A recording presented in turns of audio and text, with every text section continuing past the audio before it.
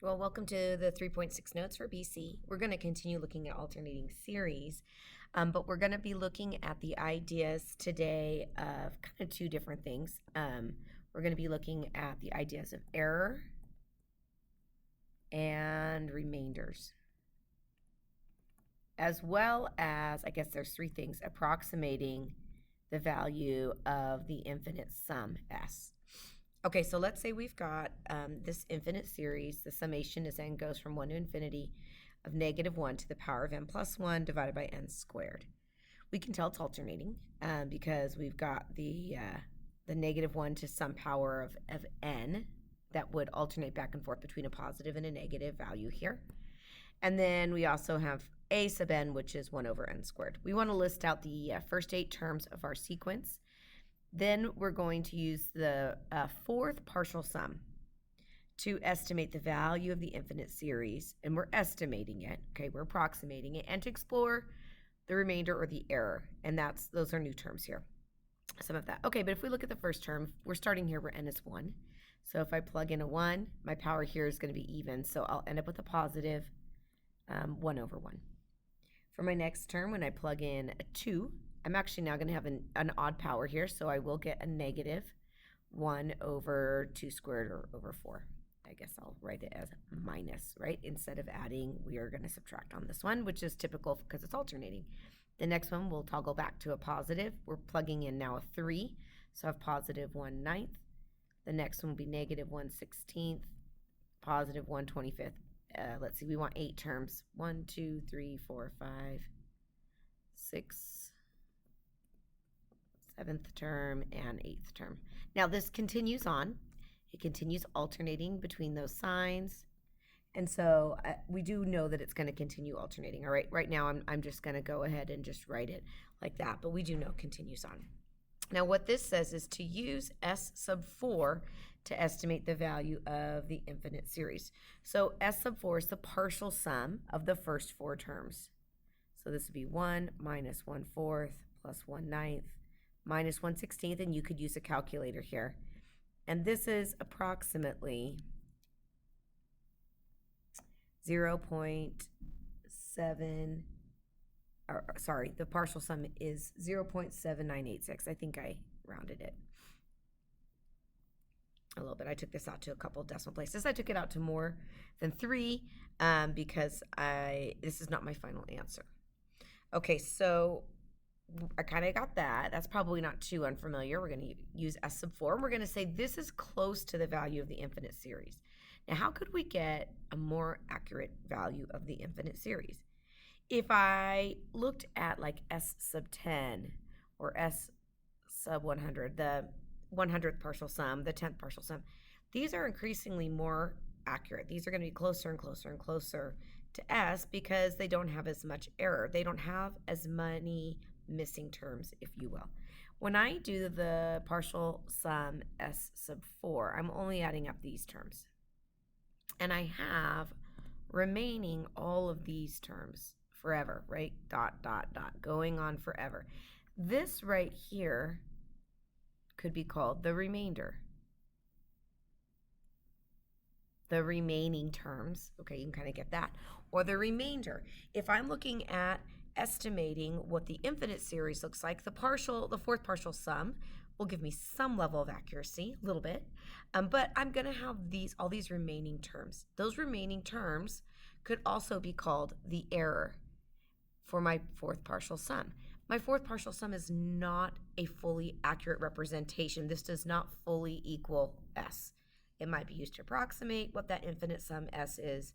Here, I'll kind of clarify. S is my value of my infinite series here. But it's close, okay? It's an approximation. So how far off is it? Well, the remainder or the error is going to be a bigger error or a bigger remainder the more terms I'm omitting, right? So the 100th partial sum will be a little bit more accurate than the 99th partial sum, and so forth. So I have all of these extra terms here that are my remainder or my error. Well, what we can find out is that we can use the fact that in an alternating series, we end up having, I guess I should do this really quickly. Let's confirm that this alternating series will even converge. It is alternating. If I look at the terms, they are decreasing in magnitude. And the limit as n approaches infinity of the non-alternating part, which is 1 over n squared, is indeed 0. Okay, so what I know from this is that S does indeed converge by the alternating series test. That is important because not all series converge, and then I might be wasting my time trying to find the infinite value where this might be growing without bound. Okay, so I know it converges. So S sub 4, the fourth partial sum, is going to be an approximation for S. Now, because all of these terms decrease, you might remember we talked about last class that what happens is if you look at the first partial sum and then the next partial sum, because we're alternating back and forth between a positive and a negative value each time, and because those positive and negative values that we're adding on each time are decreasing in magnitude, they toggle back and forth, and they toggle around the value of the infinite sum. We're not finding the exact value of the infinite sum today. We are just approximating and getting close to it.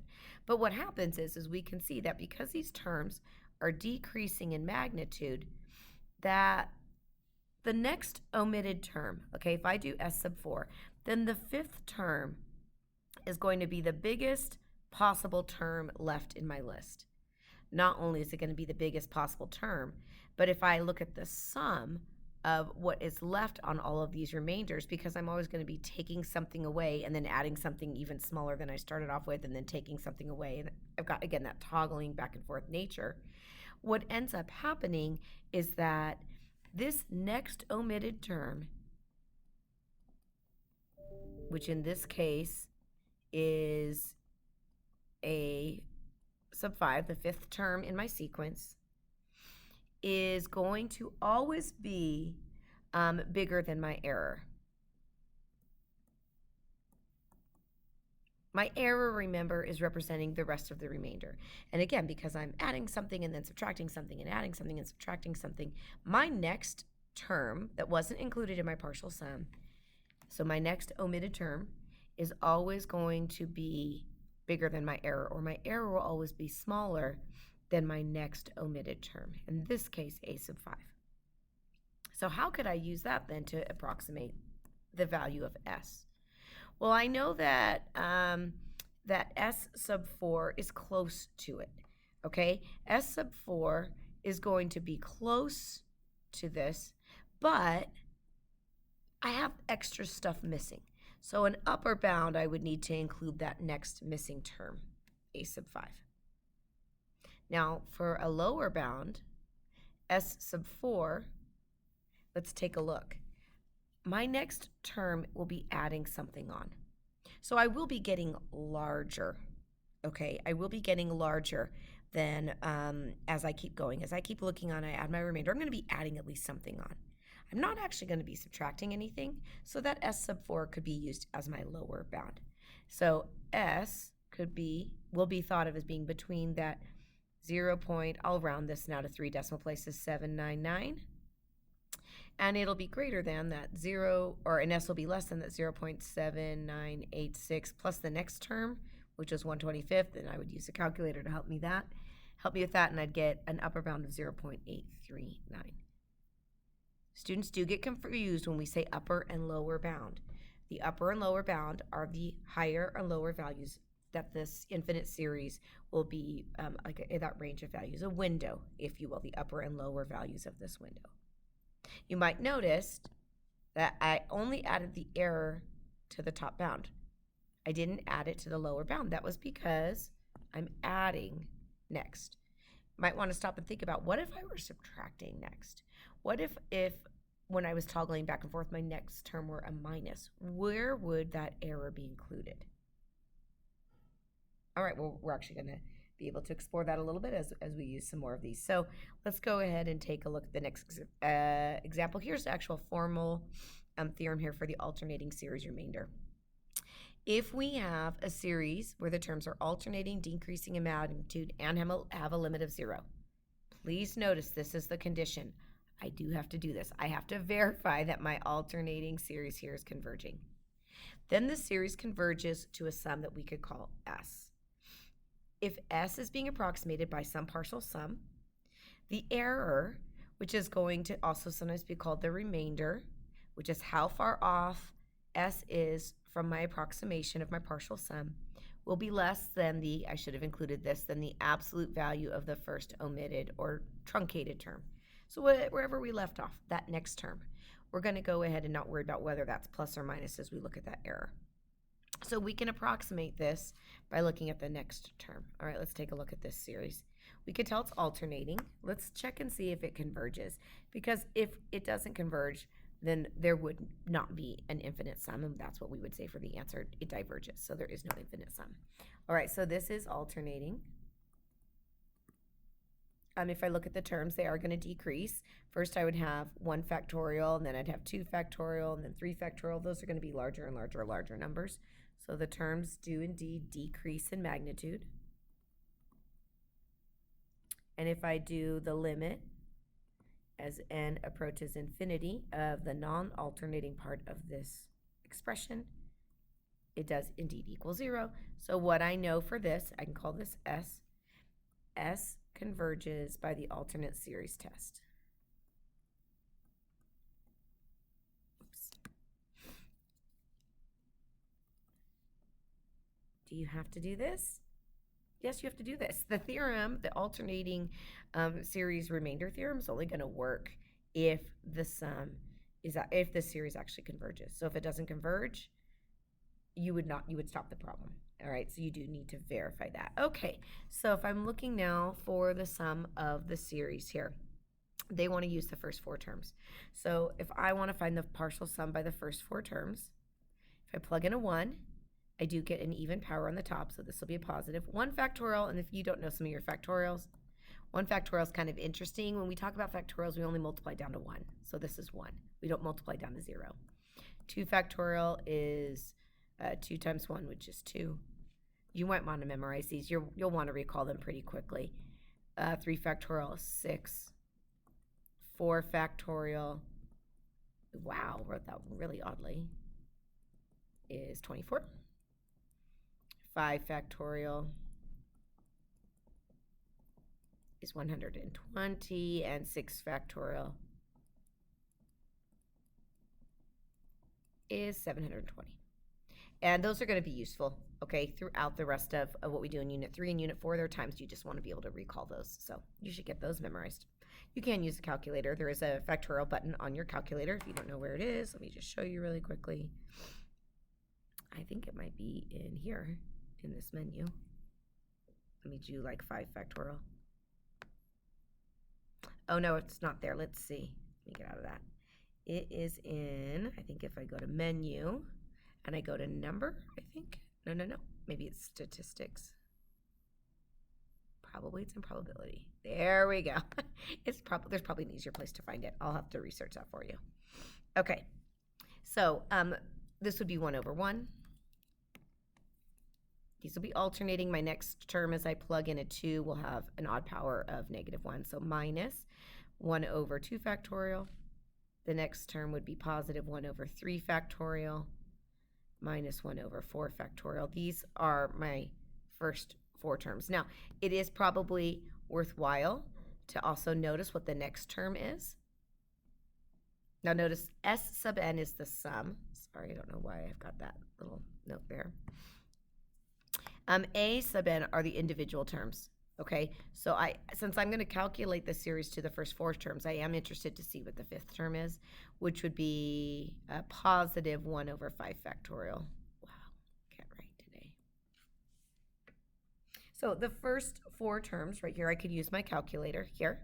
This would be 0.625. Now, how could I do that maybe all at once? I don't actually have to write this out. Okay, this work right here is for me. It's not really being graded. I do want to get to that 0.625. You could do that on the calculator pretty easily by just kind of calculating those out. And actually, I think, if I remember correctly, we have a way to also do that on our calculator here. I think it's under calculus, sum. You may not have known that was there. Let me go back so you can see where I got that from. Let me just kind of get rid of that real fast. Okay, menu, option 4 for calculus, and option 5 for sum.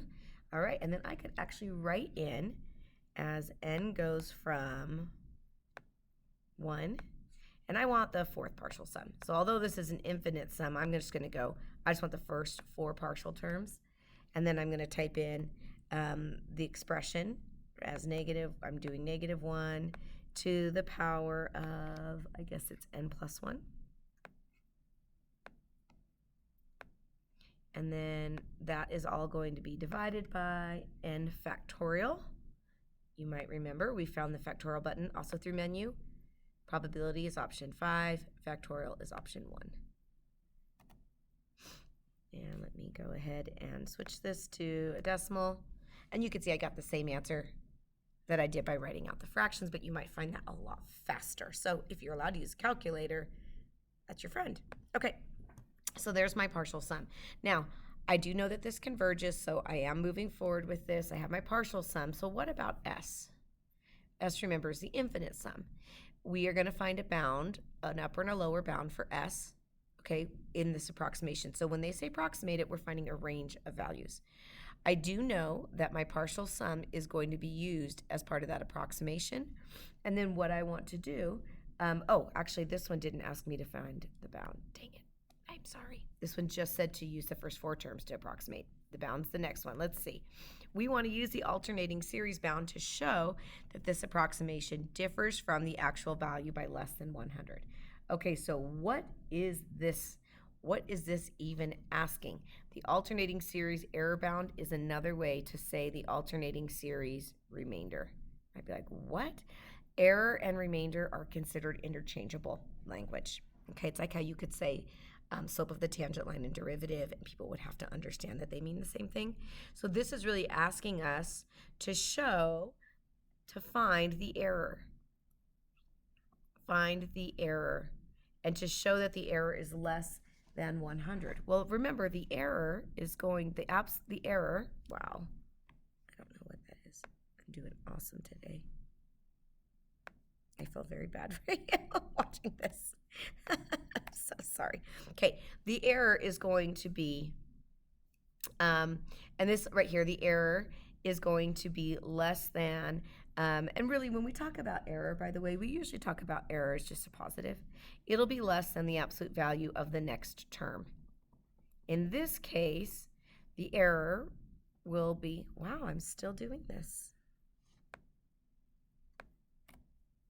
I don't know why. It's a mystery. So my error, the absolute value of my error will be less than the absolute value of my 5th term. Well, the 5th term here is going to be, my error will be less than 1 over 120. And again, 1 over 120 is indeed less than 1 over 100 because remember, a bigger denominator makes the whole output smaller.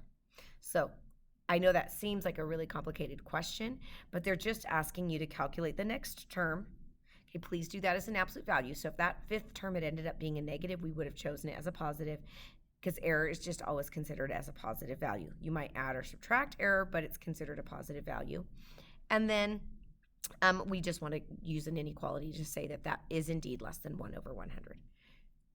All right, so we want to use these two results to explain why the sum, the infinite sum S, cannot equal 0.7. Here's where I'm going to actually use a range of values.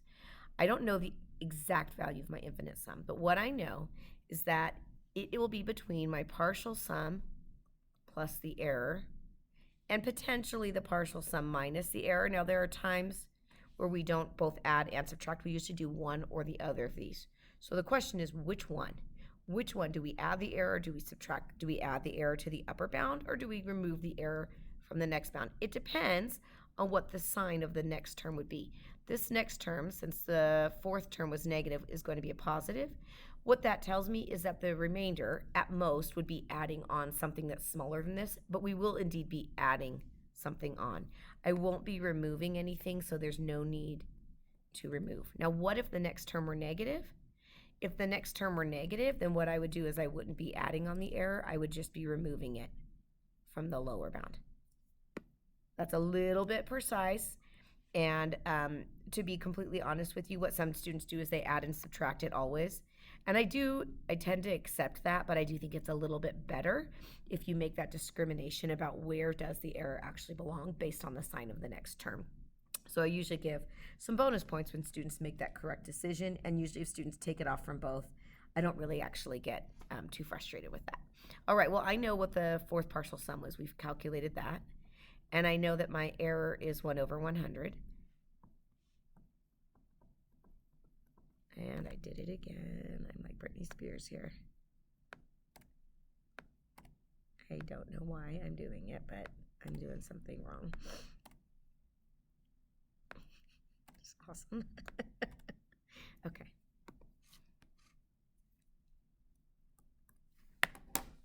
And again, I chose to not remove any error from the lower bound because since my remainder, my error is going to be less than the 100 and 120, and that was a positive, I know that I'm actually going to be adding some stuff. All right, it'll be less than that I'm adding on, but I'll be adding some stuff. So I'm not going to add anything to that side. So I could use a calculator here, but S ends up being between 0.633 if I round, or 0.6325, or between 0.625. And you can see 0.7 is not in that interval, so S cannot equal 0.7. Do you have to explain it more than that? No, you don't. By finding the correct interval for the error bound or for an interval for S and just writing the interval, if clearly that the given value wasn't in there, then you can go ahead and just make a conclusion from there. All right. So continuing on to the next page, we're considering the series, the infinite series S. The calculator's allowed. We want to figure out how many terms are needed to approximate the sum so that the estimate differs from the actual sum by less than 1 over 1,000. What is this even asking? This right here, the estimate differs from less than the actual sum, is telling us that we want the error or the remainder, whichever way you want to think about it, needs to be less than 1 over 1,000. Now remember, our error is always going to be found by looking at the next term, the next omitted or skipped term. Now what we don't know is how far out are we approximating out this series? How many terms? Are we doing the 5th partial sum? Are we doing the 10th partial sum? Now, you could try it by hand over and over again and keep looking at the next term, but what if it's approximated out to what if you had to approximate it all the way out to like the 30th term? You really probably wouldn't want to do that, or the 30th partial sum. You would really probably want to have a method that is a little bit more efficient than that. So what we're going to do is we're going to look at the non-alternating part of the series, a sub n, which is, or of the expression that creates a series, which is 1 over n to the 4th. Now keep in mind our error would be a next term. I'm going to really be looking at a sub n plus 1 as I do this problem. A sub n plus 1 could be modeled by 1 over n plus 1 to the 4th. And what I want, this right here is going to represent my error. And so what I want is I want this error, and again, I don't know what n is. What I'm trying to do is figure out what is the value of n so that I'd get this error. I want this to be less than 1 over 1,000. Now, I do want to consider, the fact that these would be need to be all positives. Okay, but this is all going to be positive anyway. I'm taking things to 4th power, and we know all these terms are positive, so an n has to be positive. So really, we don't have to worry about that. That's why I'm dropping the absolute value here. Okay, so what I'm going to do from here is I'm going to cross multiply both sides. So as long as I'm not multiplying by a negative, when I cross multiply, that inequality symbol stays the same. Then I will take both sides to the fourth root to undo that power of 4. And let's see, on my calculator, I'm going to go ahead and use a power of 1/4. So I'll do 1,000 to the power of 1/4 to say fourth root. And what am I getting? I'm going to go ahead and make this a decimal here. And I'm just going to take this decimal out to about 5 decimal places, 62341. This is not my final answer, which is why I'm being a little bit more precise, 5.62341. I'm going to now subtract 1 from both sides, and I get 4.62341. Now, n needs to be larger than this. Don't be confused. This is written backwards. N needs to be larger than this. If you wanted, you could rewrite the inequality if writing it backwards is causing you problems. And n is always a whole number. So what's the next whole number that's larger than that? We would need 5 terms. Now, could we have figured that out differently? Sure. We could have listed out the terms for the summation. So the first term, if I plug in a 1, would have been 1/1. The next term, if I plug in a 2, would be -1/16, followed by 1/181 minus 1/256, and then plus 1/1296 minus 1/, etc., right? These are what all of our terms look like. And so we would want where the error is less than, we want the error to be less than 1/1000. And so we actually can get that right here in our 5th term. All right, let's take a look. But it's quite often not going to be as easy as the 5th term. So it really is recommended that you use this more algebraic method instead. All right, here's another one.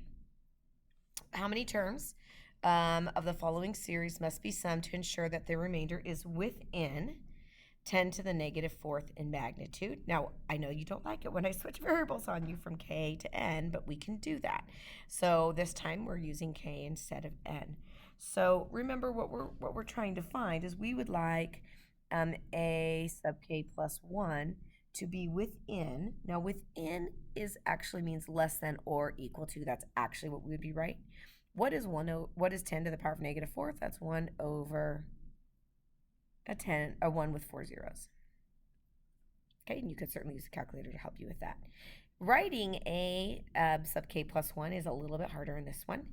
Remember, we're looking at the non-alternating part. So a sub k is 1/2k plus 1 to the 3rd power. A to the power, or a sub k plus 1 is 1/, be careful here. This is 2 times k plus 1 plus another 1 all to the 3rd power. That's really what that is. And so what is that if I distributed and combined like terms? Maybe I'll just do this over here. Okay, so I'm changing my entire input to k plus 1 as I simplify this. I'm not just adding 1 inside this expression. I'm adding 1 to the input, which then if I distributed 2, you could anticipate this would be 2k plus 2 plus 1 more. So 2k plus 3. I'm going to cross multiply. So 10,000 is less than or equal to 2k plus 3, all raised to the 3rd power. I'm going to go ahead and cube root both sides. I'll get 2k plus 3 is greater than or equal to, let's see, 21 point something. Let me look. All right, so 10,000 raised to the power of 1/3.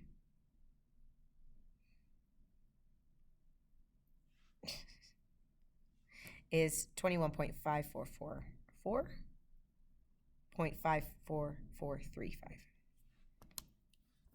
21.54435. I'll subtract 3 from that. And then divide by 2. And I get, let's see, 9 point, 0.272. K needs to be greater than or equal to this. Now, K must be a whole number. Okay, it cannot be a decimal. So the question is, could it equal 9? Unfortunately, it cannot equal 9, okay, because 9 would be smaller than the 9.22. So we would end up with 10 terms. K has to equal 10.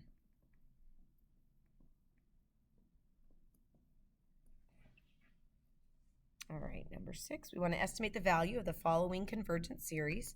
They already told me it's convergent. You might wonder, like, why didn't I have to do convergent series test? Okay, they already told me that that converged. I probably in this one should have verified that this converged. These terms alternate, the terms decrease in magnitude, and the limit as n approaches infinity of 1 over n to the 4th is indeed 0. So therefore, S converges by the alternating series test. Really, the only time I can avoid doing this piece is if they told me it converges. Then I don't have to. All right, why don't you stop the video, try number 6. When you're ready, you can go ahead and restart it. All right, this one, we want the error to be less than 10 to the power of negative 3. So a sub n is 1 over n to the 3/2 power. A sub n plus 1 is 1 over n plus 1 to the power of 3/2. I want that next term, which would represent the error, to be less than 1 over a 1 with 3 zeros. If I cross multiply, and then to cancel a power of 3/2, I will raise both of these to the power of 2/3. This one actually turns out to be a little bit nicer number, and I get 100 is less than a plus 1, so or n plus 1, so n is bigger than 99, which means that we want n to be 100 terms. Now, that's not the end of the problem. We need to estimate this out. Okay, we want 100 terms. So we want to estimate the value here. So the estimation, when they say the estimation, they mean calculate the partial sum. So S sub 100. You don't want to do this by hand, okay? This is where we're going to go back. We're going to use the calculator. Just as a reminder, you do menu, calculus, which is option 4, the sum, which is option 5, and I'm going to go ahead and type in the summation that they gave me. Oh, wait, they didn't give me the summation. So let's talk about how do we write the summation, because there's no way that we want to write this out, write 100 terms. Oh, actually, I take it back. They did. I guess you don't have to worry about writing out. I'm just going to type that in. So n goes from 1 to, now we're not going to write to infinity. We're going to write to 100 here. Okay, and then we'll type in the series. Oops, this needs to be a -1. And then -1 is written to the power of, in this case, n plus 1.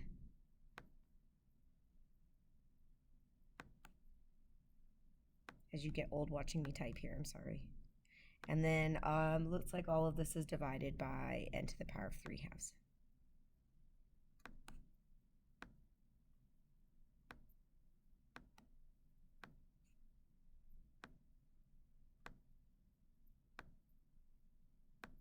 My calculator's really mad at me and froze. So I'm going to go ahead and tell you what I got. I did this earlier, and I apologize for the tech being a little bit behind, but 0.765. So in this one, because it's not just find how many terms, it's estimate the value, we need 100, the partial sum for the first 100 terms. All right, last one. We want to find the value of an infinite series, and we know it can be approximated by this summation. Okay, so because it can be approximated and they told me that, I know it converges. I do not have to go through the whole process of lifting the 3 conditions for the alternating series test. I want to find the, ooh, wow, evidently I've got the answer already on there. Sorry. I want to find the maximum bound of the absolute error. What the heck is that talking about? In other words, they want to find the max of the error. Now keep in mind, the absolute value of the error is always less than the absolute value of the next term. Well, this one's approximated up to the first 40 terms. So in other words, the max of this error, max would be this side, would be the absolute value of a sub 40. So the most my error would be, if I go ahead and plug in a 40, would be -1 to an odd power. Okay, but this is going to be an absolute value, which is a little tricky. Okay, but -1 to an odd power over 41 squared. Keep in mind, it needs to be an absolute value. So the max error here, this error, what is the upper limit of this error? Is +1 over 1,681. And if you wanted, you could write that as a decimal. And that is the end of this video.